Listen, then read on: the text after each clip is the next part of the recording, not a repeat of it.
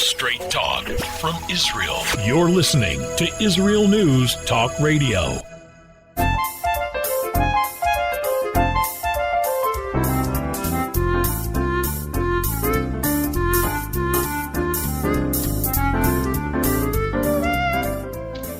Good morning, good, beautiful morning. My name is Andrea Simintov, and you are listening to Pull Up a Chair on IsraelNewsTalkRadio.com. Once again, due to COVID, the ongoing COVID new rules, you are listening to me from a home studio, so you may hear my husband shaving, you might hear the dog barking, you may hear the neighbors fighting. We want to keep it real. Let me say good morning right away. Oh yeah, the dog's barking right on cue. Let's say good morning, good evening to my friends in the U.S. Man, you guys must be punch drunk crazy tonight, this morning. Maybe we'll talk a little bit about that, and maybe not. Boker Tov, Eretz Israel. Hello, Canada. All right, same time zone on the East Coast, Canada, as the U.S. Friends in the U.K. are listening in. Man, is it early. Germany, Spain, Norway, and France. The chat room is open, so I ask you, if you're listening in, drop me a note. Don't worry, you don't have to talk. I won't engage you. I'm scared too. And that will be very, very nice. I wish we could be saying, hey, the morning after, but it's not the morning after. It's like this ongoing dawn of the dead. They're still counting. They're still protesting. Are they still protesting Pennsylvania? I don't know. Kept me up. I wish I cared less. I really wish I cared less, and maybe we'll explore that a little bit together, because America, it would seem to me, from my not-so-pundit's chair, that whatever happens at the end of the day or the month or the contest, it will be a different America. But then again, it's been a different America for a very long, long time. Last night, went out with friends, and in between peppering the conversation with talk of the American elections, we talked a lot about what has happened to both teachers and nurses, revered professions. And today I'd like to dedicate today's show to holy nurses and holy teachers, people who were once as children growing up with a dream to make the world a better place. All right, my name is Andrea Simintov. Happy post-election day. I'll see you on the other side.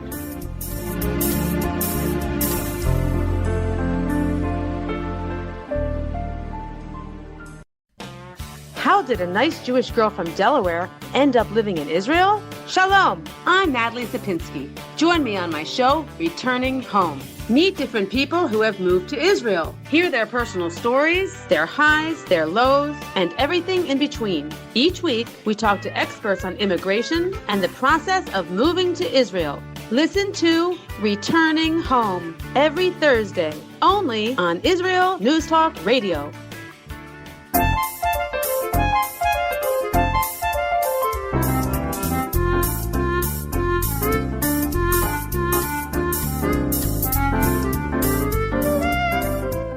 Okay, we're back. Here we go. All right, Andrea Simintov, Pull Up a Chair, IsraelNewsTalkRadio.com. Just looking for something I wanted to share with you. Okay, we are back. Very cute. Hannah wrote in the chat room. I happen to know that Hannah lives by the sea. So she wrote, listening in from her. It just sounds so homey, so embracing. Listening from my cottage. I'm not looking at her notes. By the stormy sea. I'm not sure, knowing Hannah, if you're there, I'm not sure if the stormy sea is because the Mediterranean is really stormy today, or the stormy sea is the stormy seas of the masses. Okay, just as predicted, apparently rioting has begun. Sadly, from what I see in the paper, just skimming quickly, in both New York and Portland, Oregon, rioting has started. I don't even know why people are so angry. So this morning, as I'm going through my Facebook feed, because after saying my morning blessings, good morning, God, thank you for my life, I hit Facebook. Oh my gosh. Have you watched Social Dilemma? I'm absolutely a victim of algorithms. They got me. Excuse me, I have to just stop it. All of you who receive Facebook ads, Instagram ads, when you go into your feeds and you get all these interesting ads, they know what you've been looking at. These algorithm guys, you've got to watch Social Dilemma. It's been heavily criticized. There are problems, but really worth it. As we say in Hebrew, shaveh, ze shaveh. Anyway, someone accused me like 2 weeks ago of not being funny anymore. I'm going to be funny right now. And it's like truth is stranger than fiction, and truth is really funny. So I started to get these ads on my but not to my Facebook feeds, but I get this kind of feed from Google. Earwax cleaners. I joke you not. Is there a little borak? I joke. Is it a joke? I get these earwax cleaner things where they show me it's like a little tube with a screw. It is the most disgusting ad you ever see. They show these people and they're smiling. They put it in their ear, they give it a turn, and then it shows them pulling this crud out of their ears and they're smiling. And I'm thinking, I promise you, I have never Googled earwax removal. Why in the world am I getting all of these ads? And then I realize, don't try to fool them. They're smarter. They recognize OCD when they see it. They see from the other things I'm Googling that I'm body obsessed and I have OCD, and they figure, well, if not her cuticles, let's check out her ear canals. So I can't, so now that I watch Social Dilemma, I'm like deeply ashamed when I receive my ads. It's not just for plastic Tupperwares. It's now ear crud removal. All right. Let's get serious. So last night I go out with these friends, and we didn't go out because we never go out. But we went into town and we were going to call in for dinner, which kind of aggravated me because I have very weird eating habits and I don't like to eat from restaurants. But we went out and we ended up walking to a place, a really cheap joint, and you order the food.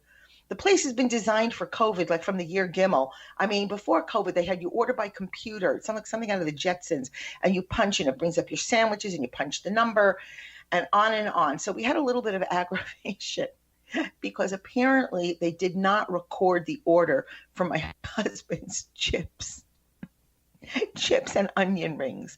And to me, this was a sign from heaven, God screaming down, "Thou shalt not eat onion rings, you fat pig." Anyway, so we went and we brought the meal back, and it was like an odd evening because here we are eating out of all these plastics and pretending we're going out. It was hard. And for some reason, the woman of the couple and I began teaching. We both are expats from different countries, and she was an expat from somewhere and ended up in America, and I was an expat from America and I ended up in Israel, and how we both ended up teaching English. Well, she actually ended up teaching. There's a dog. You see this stupid dog? She ended up teaching science because she has a science background, not because she's a teacher. And I taught English because I quasi speak the language. And we were both saying what an unhappy experience it was for us teaching, not because of the children so much, but in most cases because of the parents. Because in some cases, depending on the school system we were teaching in, the parents really did care. But a lot of the experience was parents who mocked what we were teaching the children. What are they needed for? She would teach, certain, not even by, I don't know what she was teaching. But anyway, and it was very, very sad. And we both left teaching, and we were discussing, really quite shamefaced, that we are both very passionate people.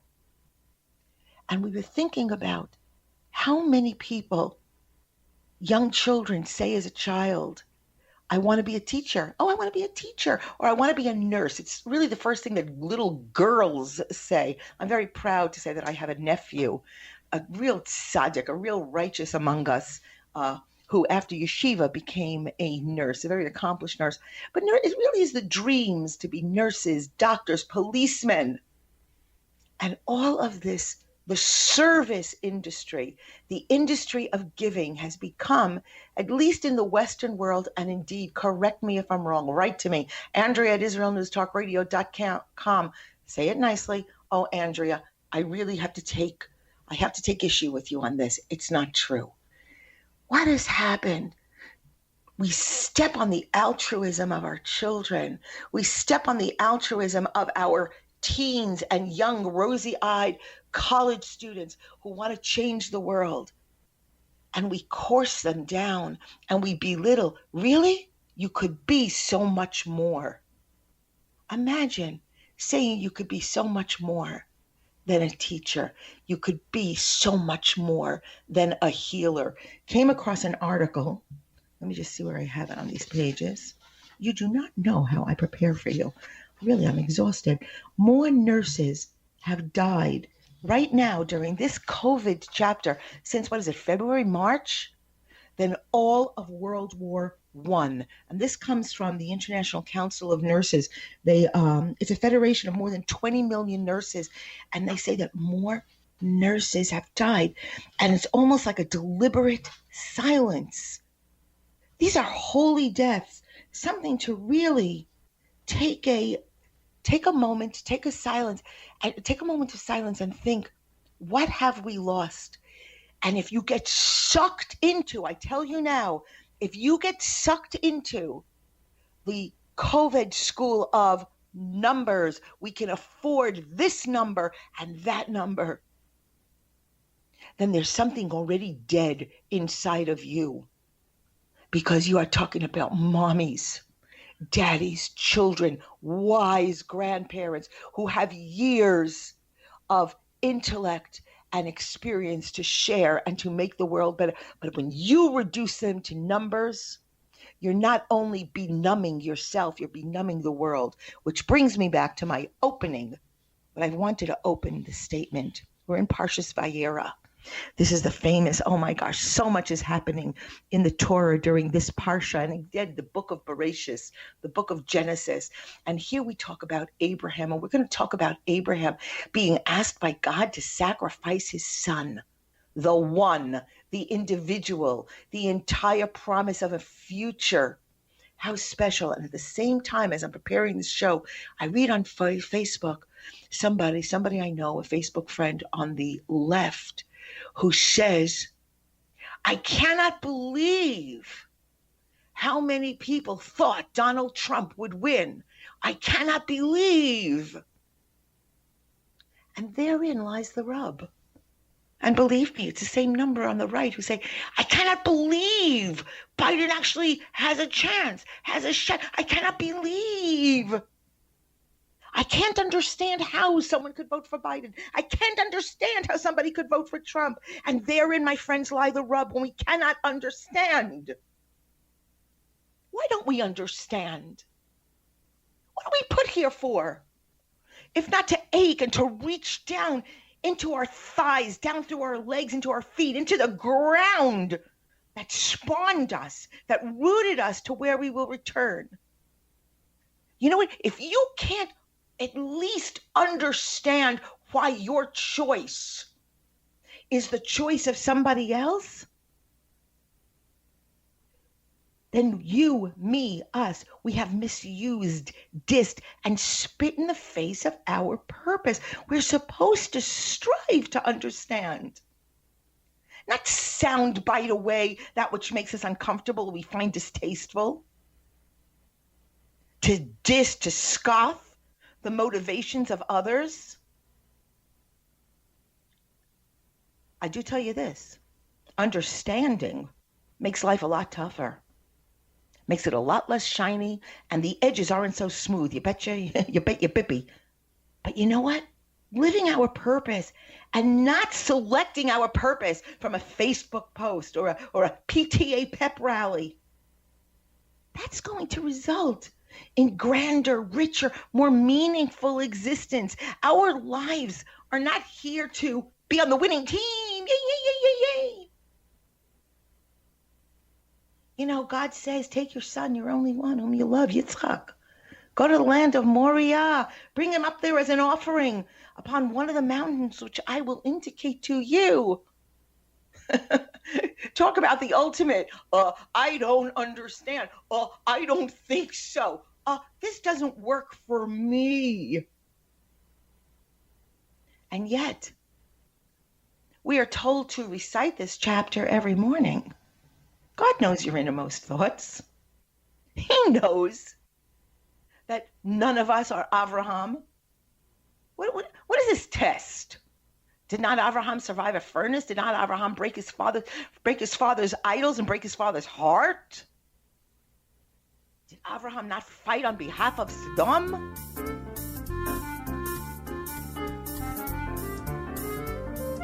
Just because it's not easy doesn't mean it's not good. This is Andrea Simintov. We're going to talk more on the other side.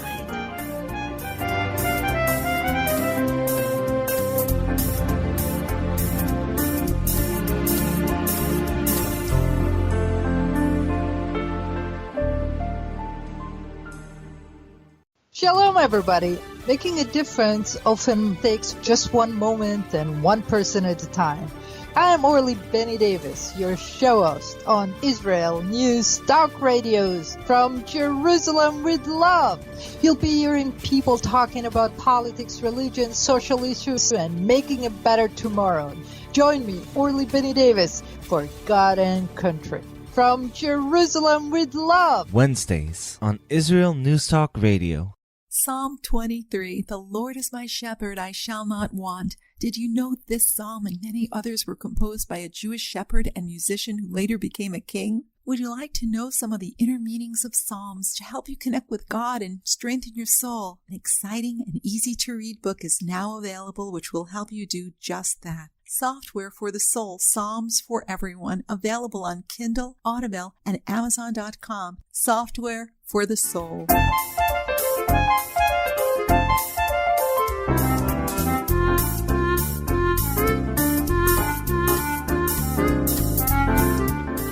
Okay, we're back.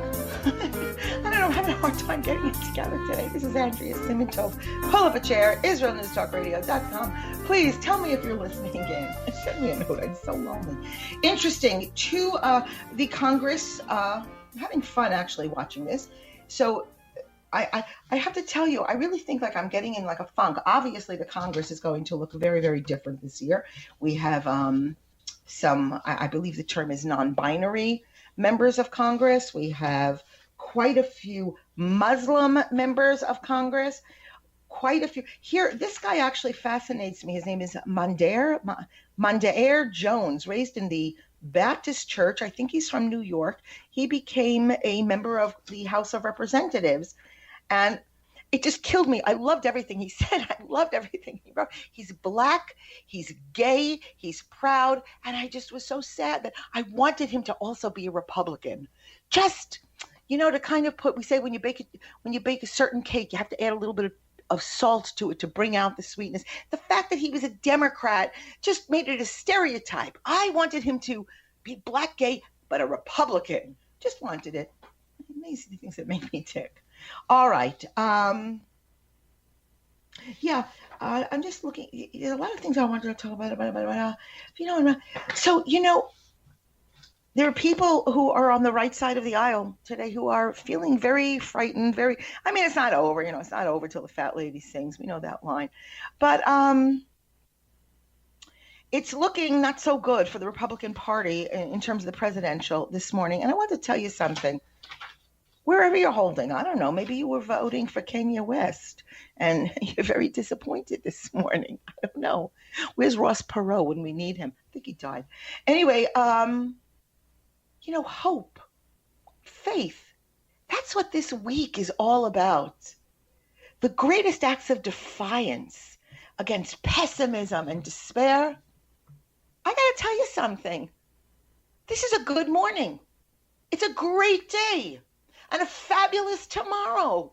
And you want to know why? Because I'm breathing in, I'm breathing out. People whom I love are safe. People are still being passionate about their politics and about their faith and about what skirt they're going to wear. Many of us have food in the fridge. And as long as you're breathing in and out, hope exists. Faith is yours for the taking. It's yours for the asking. I must share this. We're in segment 2, and I'm scared that when I hit segment 3, and I'm going to what happened. We tell our children, it's a sin to tell a lie. You cannot tell a lie. And we learn in this parsha that, There's lies, there's white lies, there's fibs, there's real lies. God goes to Sarah first and he says, guess what? You're going to have a baby. And the common knowledge, and so what is the first thing Sarah does? She laughs. She's 90 years old. Her husband's 99. I think she was 90. I think if I have my numbers right, she was 90 and 90. I don't know about you. I just turned 65. I can't even be with my grandchildren for more than 20 minutes. Have a baby? Ugly, ugly, ugly, ugly thought. Like, ew. So she laughs. And ironically, the phrase, the infinitive to laugh is lischok. His name is Yitzchak, which means laughter, because she laughed when she heard she's going to have a baby. And God says, you're going to have a baby. And the common, when people tell the story over, they say, well, she said, I'm too old. But it's not what she said. She said, my husband's too old. With that old guy? And of course, I'm extrapolating. And when God then goes to, so we learn, first of all, you ask the woman first, because if a woman is not on board, your life is going to be a misery. I tell this to my husband all the time. He's out there. I'm going to repeat it after the show. If I don't like it first, your life is not going to be worth living. You ask a woman first, because her home is where the peace begins. If a man is ruling his roost and his wife is merely an employee, a staff pleaser, a yes man, a yes gal, it's not going to work. It may not end up in divorce, but it's not going to be a happy existence. So then God goes to Abraham and he says, you're going to you're going to sire a son. And Abraham, because he's a good Jewish husband, says, did you tell my wife? What'd she say? And here we hear God says to him, not what Sarah said with that old man. God says to Abraham, she said she's too old. What do we learn from this? You don't demean somebody. You don't emasculate somebody. You don't spread a nasty word, a nasty thought, even what we say, the avak of dust, the dust of discomfort. And we even know that when the angels came to visit Abraham during his bris, he brissed himself. My God. I can't even. I'm not supposed to laugh. This is like serious. This is Torah stuff. He brissed himself. The angels come and he prepares them a meal. And then the angels say to him, where is Sarah, your wife? They knew where she was. There were very strong laws of modesty. Women didn't come out. It wasn't, today, oh, hi, guys. What can I get you? Can I bring you, anybody want a gin and tonic? She was in the tent and they knew it. They asked about his wife because they were, in a sense, reminding him of all that is good and all that is holy and all that is wonderful. They were reminding him of something soft and feminine and loving in his life. That's what we're supposed to do with one another.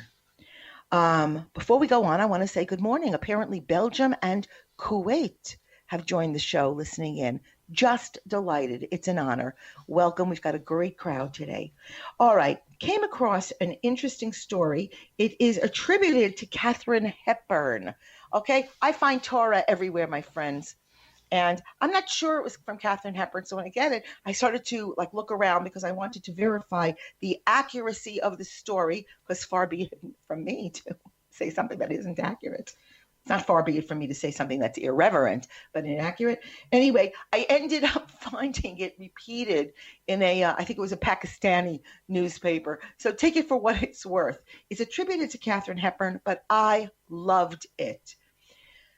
She says, once when I was a teenager, my father and I were standing in line to buy tickets for the circus. Finally, there was only, I wish I could do it in her accent. She was so elegant. And of course, I wish I could wear her clothing because she was so thin. But anyway, I digress. Finally, we were standing in line to buy tickets for the circus. Finally, there was only one other family between us and the ticket counter. This family made a big impression on me. There were 8 children, all probably under the age of 12. The way they were dressed, you could tell they didn't have a lot of money, but their clothes were neat and clean. The children were well behaved, all of them standing in line, 2 by 2, behind their parents, holding hands. They were excitedly jabbering about the clowns, the animals, and all of the acts they would be seeing that night. But by their excitement, you could see that they had never been to the circus before. It would be the highlight of their lives. The father and mother were at the head of the pack, standing proud as could be. The mother was holding her husband's hand, looking up at him as if to say, "You're my knight in shining armor." He was smiling and enjoying seeing his family happy. The ticket lady asked how many tickets he wanted.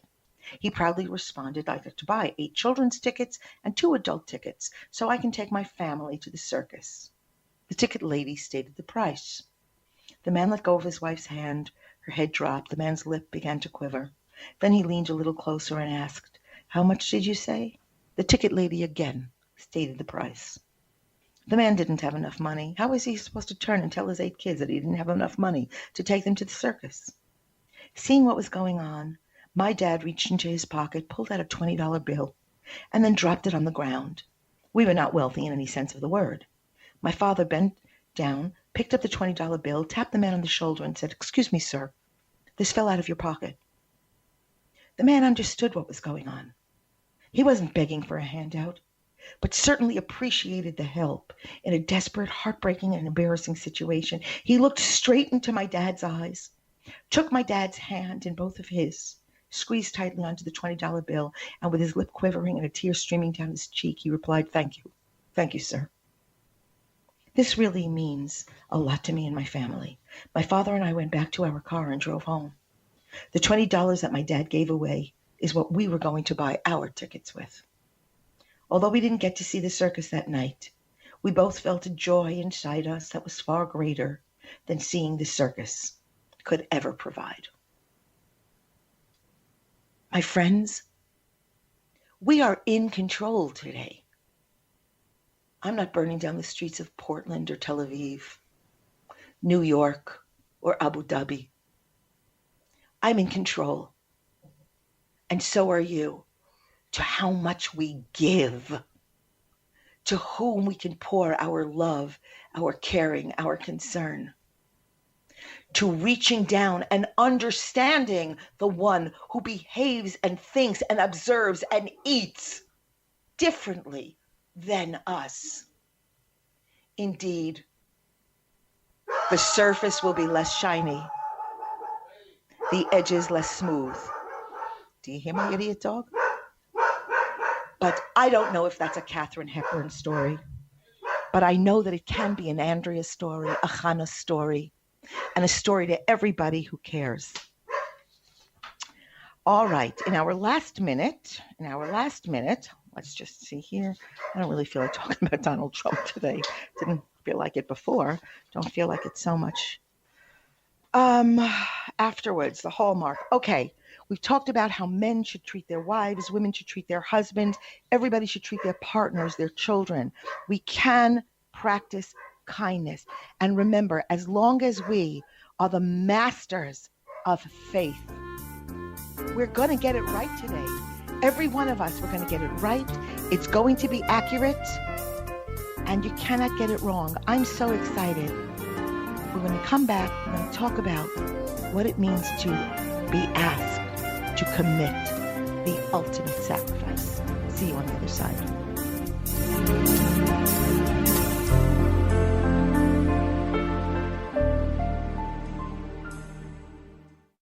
You're listening to Israel News Talk Radio. This is Shai Ben-Tekoa, and each week I'll be webcasting to you from Judea, origin of the word Jew, a people besieged and beleaguered in every generation. Nazi Germany is but a memory, but in its place the world invented the phantom Palestinians as this generation's internationally authorized Jew killers.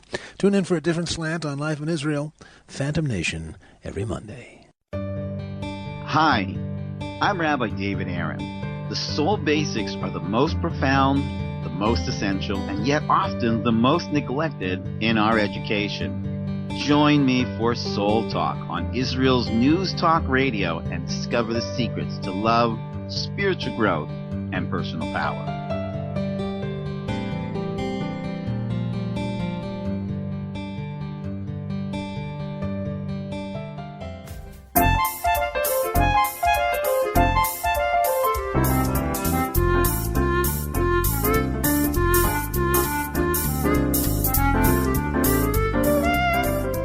Okay, we're back. Oh, here's the mic. So listen, I understand if you're listening in from Kuwait, befriend me. My husband, I just told him, I said, oh, I'm so excited. He wants an invitation. He just told me it's only $180 one-way ticket. Of course, we have to buy 2 round trip, but we are dying to come and visit in this new, much more peaceful. Thank you. Whatever happens, thank you, Donald J. Trump, for what it feels like to wake up in Eretz Israel this morning, and for many mornings, and please God, for many mornings to come. The fact that we are not under siege, and more importantly, under the mental siege of the unknown. Our outreached hands are being received by our Arab brothers and neighbors. And I know that this is a complex topic, a complex subject. It's not black and white, not so clear. There are a lot of shades of gray. But you know what? Even an uncomfortable peace is better than a wonderful war. So very excited. So very happy to have, I don't know, what happened to Saudi Arabia this morning? We usually have them listening in. Okie doke. So let's see. Okay. Here we go. Yeah. So for the Jewish people, one of the hallmarks of our founding parents, Abraham, Yitzchak, Yaakov, was their ability to speak with their creator. I called this show, when I posted it on Facebook this morning, I called it the roar of silence. The sound of silence? No. If we really listen, there's a roar. And, the Torah doesn't have one word that's extra. This is something that's accepted, that the Torah does not have one additional word. If it says, he said, it doesn't say God talked about. God said. And the emphasis is on the said.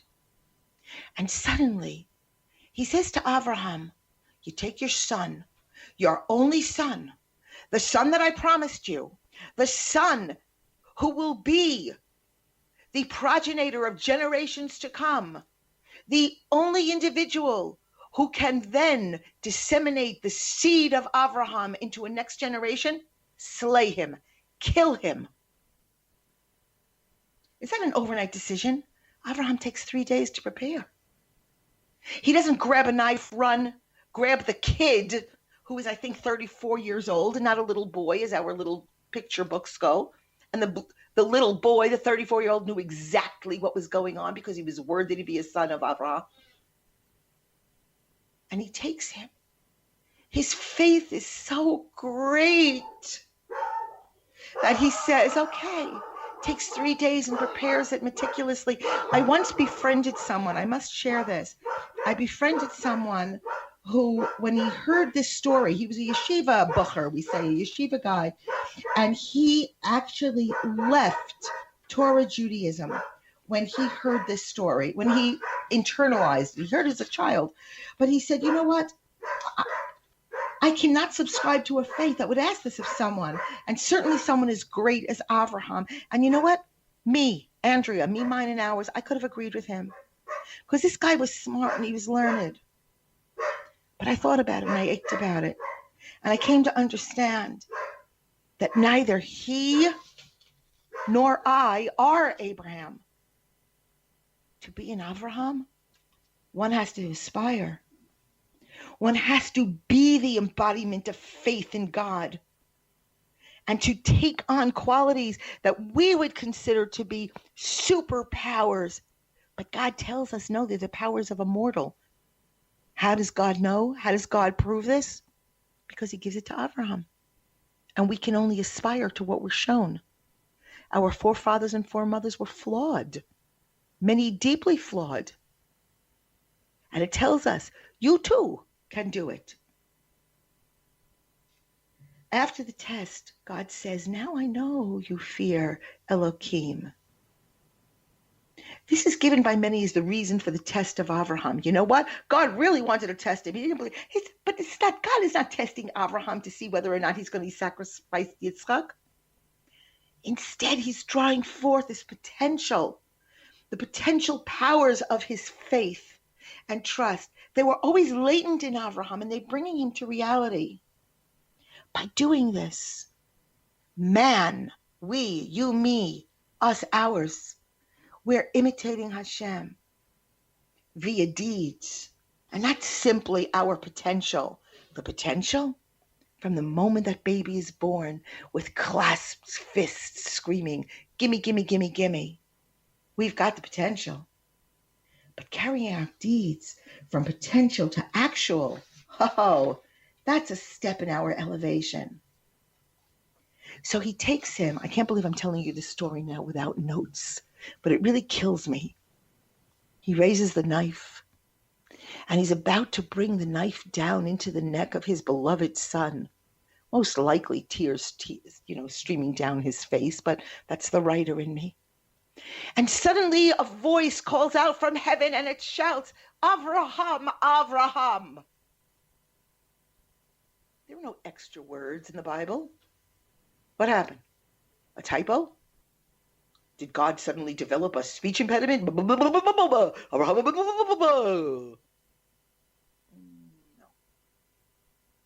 For each one of us, in our raw human potential, there is a portrait, figuratively speaking, of who we are, what we can reach. When I opened the show, it was I can't understand those people who. They're not, I don't understand those people who portraits. They're portraits of who we can be when we reach our purpose and we reach our level of perfection.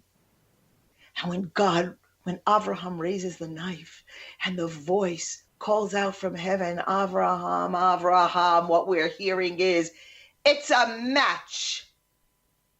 Remember the card game? Those of us on Shabbos, we had to find Shabbos games. So we took 52 cards and we turned them all upside down, and you have to find 2 aces, 2 kings, 2 fours.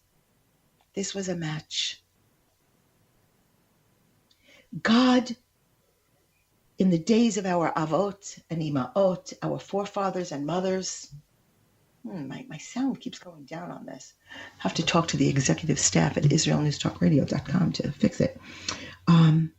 God was a presence in their lives. They were able to hear God's voice. And even though God has no voice, and they could visualize God, even though God had no physical appearance, he spoke to them through an inner voice of their own souls, which was always longing to reunite with the source of love from which it came, Avraham, Avraham. That's why I tell this story. When a stranger and a guest informs Avraham and Sarah about the forthcoming birth of their son, it only confirms to Avraham a promise that he heard from God, I would say with his own ears, but no, he heard it via his faith. Previously, Avraham had heard it through an inner voice of faith, and now he and Sarah hear it in a literal sense from the lips of a stranger, i.e. an angel, who stands before them. The Midrash explains and reinforces the idea of hearing God through our own soul and our spirit. When Moshe was sent on his mission to redeem Israel from Egypt and to teach them Torah, he heard that call emanating from heaven. He actually heard it in the voice of his father, Amram. We hear God, sort of, kind of, through familiar voices that reverberate within our soul and our heart. First, Avraham himself believes that he's going to have a son with Sarah, and later he has no doubts when that message is communicated to him by this stranger. A lot of times, many times in our lives, we sense within ourselves this divine message and a voice. We feel something holy is going on, that kind of buzz, buzz, buzz, a tingle, tingle, tingle. Well, I have to tell you, it's a combination of soul and intellect, insight, wisdom, and it drives all human hope forward. But you know what? We're not at that level of constant communication with our soul and our Creator. We don't always listen to the voice, nor do we always attribute it to a correct source. Jewish tradition teaches us that the prophet Elijah, he appears regularly, constantly to human beings. He comes in different guises. He comes in different forms. The truly righteous are able to identify him when he appears, when we ordinary human beings are generally unaware of his presence, even when he's standing before us. Avraham Avinu, our father Abraham, in his righteousness, in his unquestionable faith, he's constantly prepared for such encounters with God. This is where the lessons come in, my friend. The constant awareness, the being on guard, ready, available, findable. Ordinary human beings, to whom God is at best an abstract idea, certainly we're unable to truly sense his presence. It's what the great Rabbi Beryl Wine brings down, that this is what the great Rebbe of Kotsk meant when he said that when God said, go forth from your land and home and family, any human being had the potential to hear that message, not just Abraham. But unless one is tuned in to hearing God regularly through one's own inner soul, all heavenly messages will fall on deaf ears. Let us entreat to open our ears, open our souls, open our hearts to not only one another, but to God in heaven. Shabbat Shalom. Israel News Talk Radio's chat room. Just click the orange button at the top of the IsraelNewsTalkRadio.home page, log in as yourself or an anonymous guest, and join in on the fun. You'll meet other listeners from all over the world who listen to Israel News Talk Radio, and you can make new friends. Israel News Talk Radio's chat room. It's the closest you can get to being in the studio with us. We love listening to Israel News Talk Radio. Where can you get the inside news on Israel? At Israel News Talk Radio, we're dedicated to sharing Israel's inside story with the world by providing our listeners with news on Israeli politics, current affairs, and Israeli Jewish culture. The Israel News Talk Radio homepage also provides you, the listener, with useful information at your fingertips, with scrolling news headlines, weather, currency exchange, Shabbat candlelighting times, and so much more. Our radio programming is always accessible and on demand. We operate absolutely free of charge for everyone, everywhere. If you love what we do, partner with us now by becoming an Israel News Talk Radio supporter. With your support, you'll be inscribed on our Israel News Talk Radio Wall of Fame. There's nothing like us in the world. Be part of something great. Israel News Talk Radio. Straight talk from Israel. If you love Israel News Talk Radio, then you'll love our Facebook page. We keep you up to date on what's happening in Israel, plus little surprise treasures that we don't share on the radio. Go now to follow us on Facebook. Just look for the Israel News Talk Radio Facebook page, and don't forget to subscribe and follow us by clicking on the like button. We post great stuff there that you'll want to share. Israel News Talk Radio on Facebook and Israel News Radio on Twitter. News, opinion, and more. You're listening to Israel News Talk Radio.